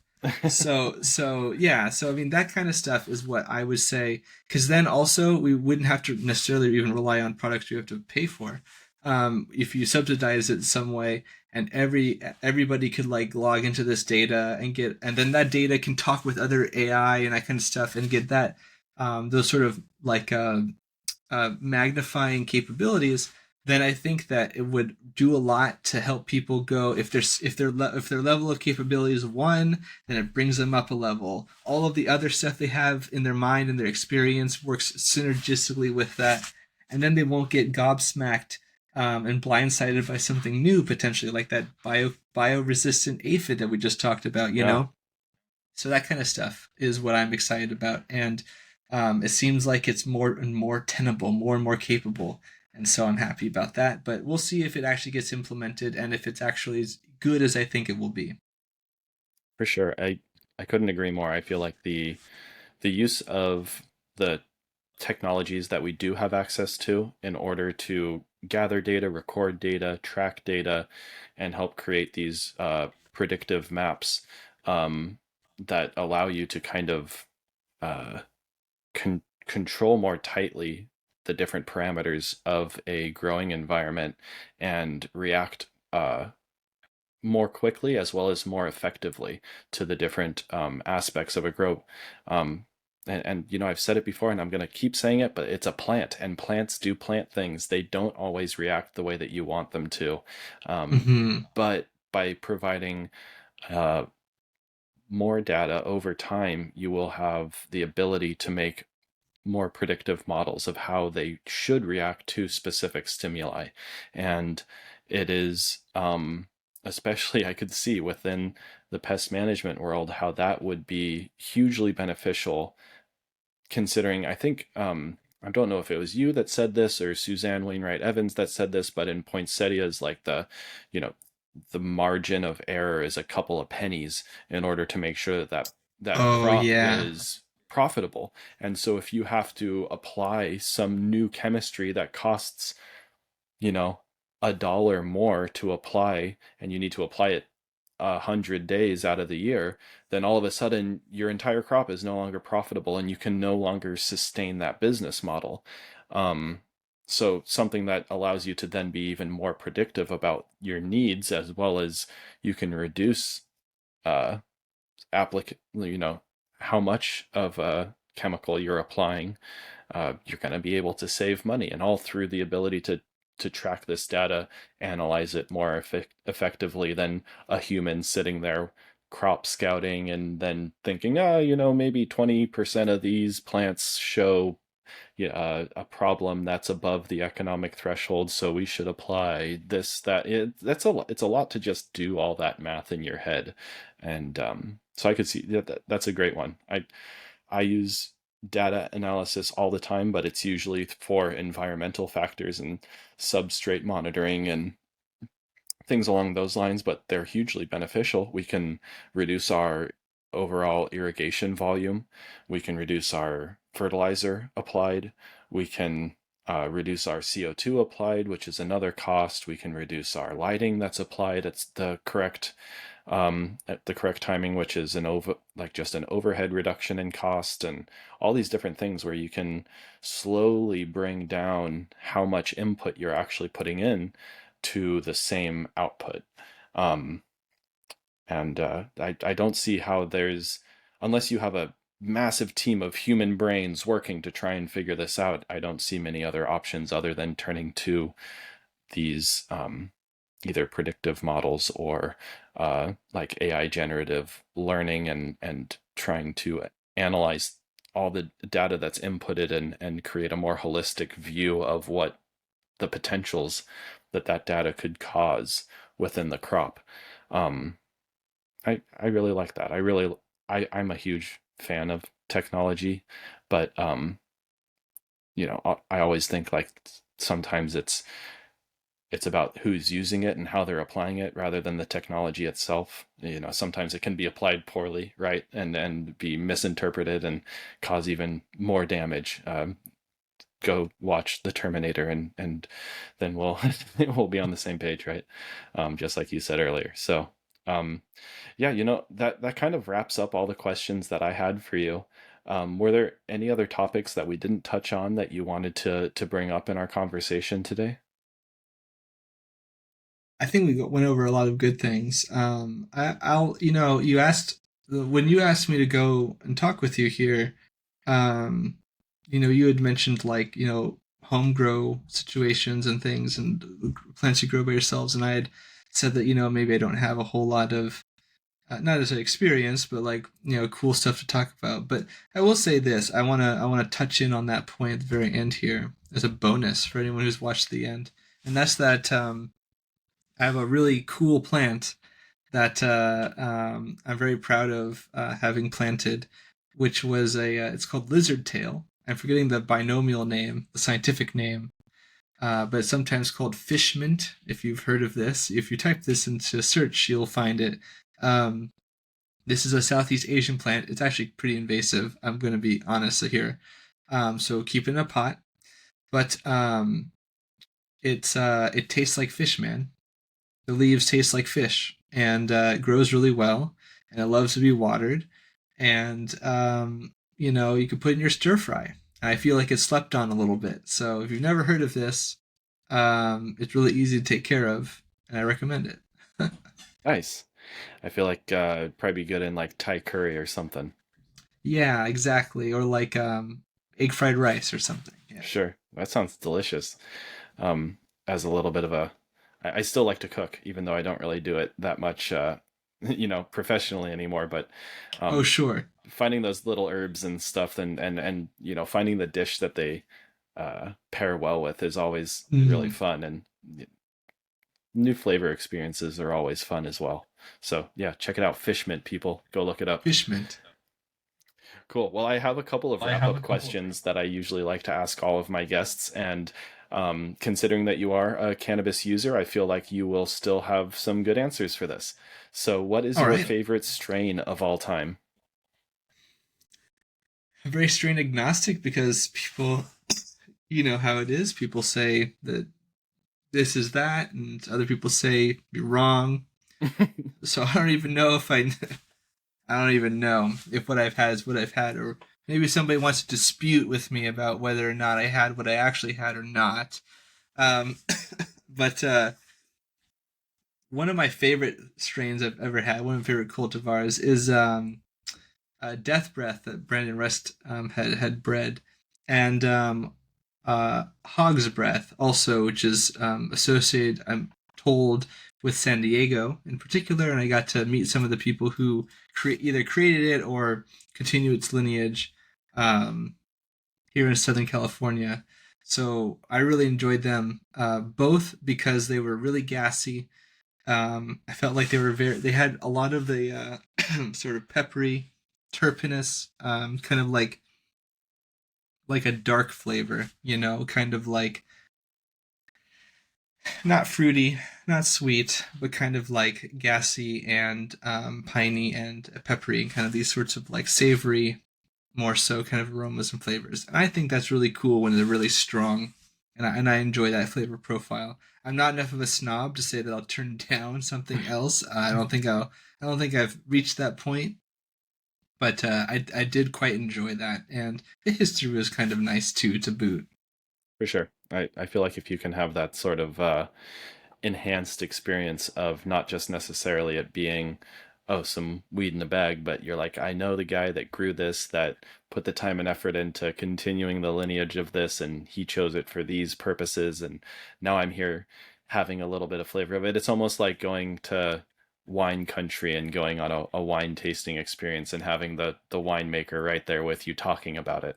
It's I a know, very right? it's a unique, and I feel like those experiences can be fairly well cherished for their uniqueness and sort of what might be referred to as authenticity within that specific environment.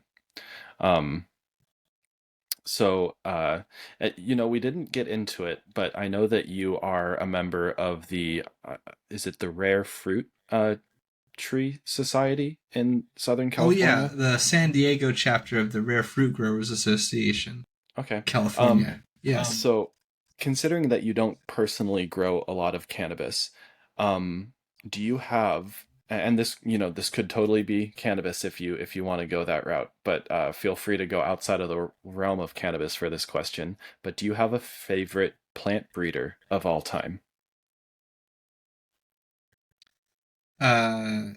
I do. It is outside of cannabis. Um, but I'm kind of forgetting their name, unfortunately, when put to the test.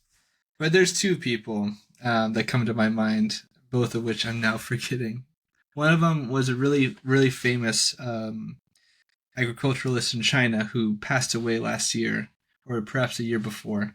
And he was very famous. People made a big uproar about his passing. I think he's very famous for bringing specifically like different types of rice, and I think wheat too. I want to say, making it very like adapted to the various regions in the People's Republic of China, and basically, especially if you know their history, um, not to make light of it, but there are several famines in Chinese history, and so doing the opposite of that is definitely a boon.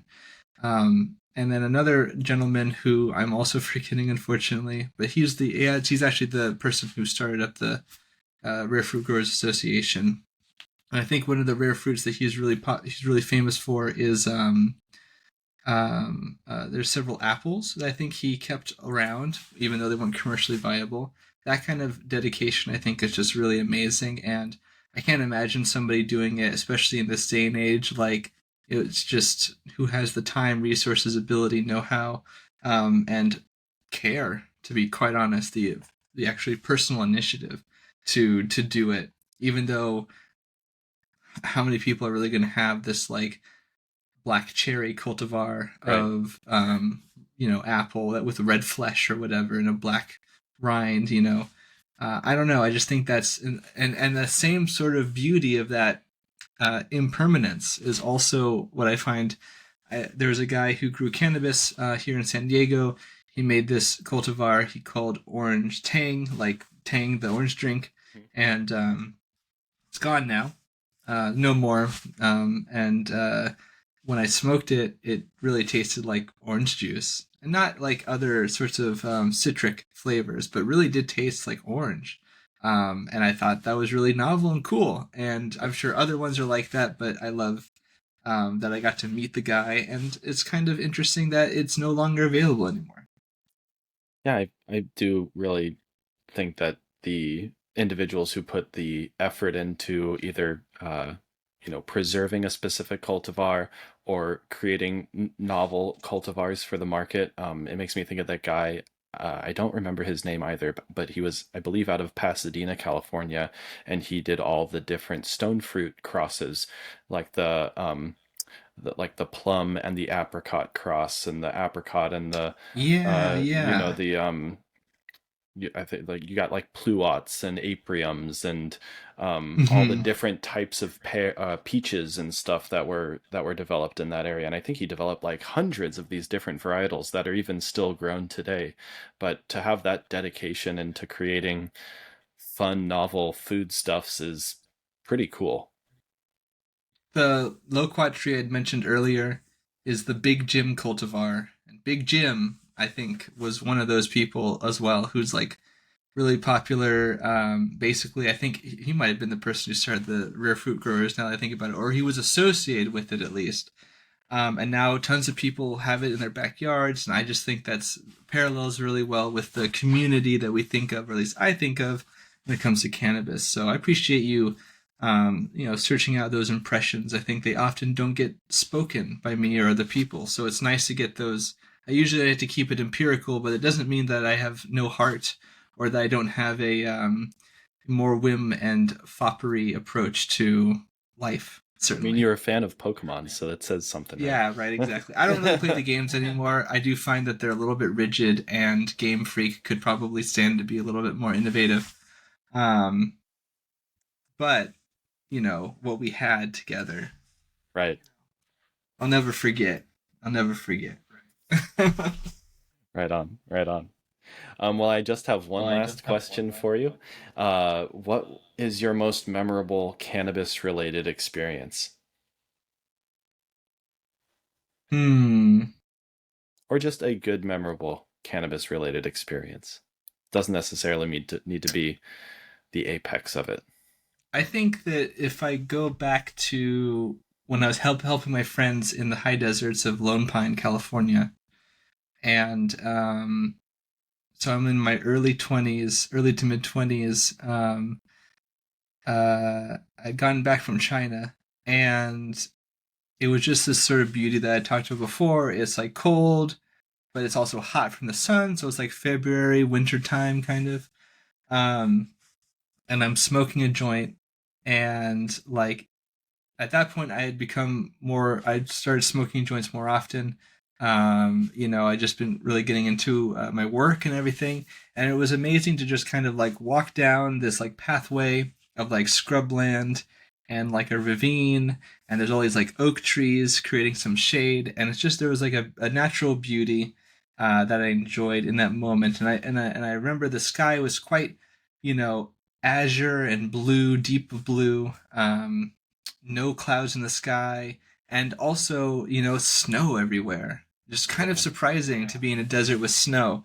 And so it was kind of surreal. And I think something about like the mind space that I was in, not only smoking, but also, just hanging out with my friends. Just a really great memory. That does sound really nice. I mean, I forgot too about the snow from when you had talked about that earlier, because not only are you in the desert where it's really dry and kind of vast and expansive, so there's not a lot of things to create noise, but then you also have this covering of snow which just deafens everything else even more. So Mm. I'm thinking of something like that where it would probably be very quiet if you didn't move, and if everyone else was being very quiet, it would almost be deafening. You get some fast moving winds as well during certain Okay. seasons. But you're right; it was very quiet. And then but you would get sort of wind that would kick up sometimes too. So there's like, yeah, it's like very peaceful, and I miss it. I hope to go up to opening trout sometime in the next year or two, where they have this event you can go and fish, and my friends often come during that time, so maybe we'll do that this year. We'll see. Nice. That sounds like fun. Well, Matt, again, thank you so much for joining me today. And I know that this is a little bit of an unorthodox episode for our listeners, where we usually have people on that are either dedicated home growers or commercial cultivators themselves. But I do believe that by providing these different perspectives of cannabis cultivation, yours being through that of someone who loves bugs, that it provides a more holistic approach, and people can, I believe, appreciate the different aspects of cannabis cultivation more deeply when we give them the ability to see it through other people's eyes. So thank you. I really, really appreciate you being here today, and I really think that people are going to enjoy this. I appreciate it. I look forward to our mutual success. Yeah, well, thank you again.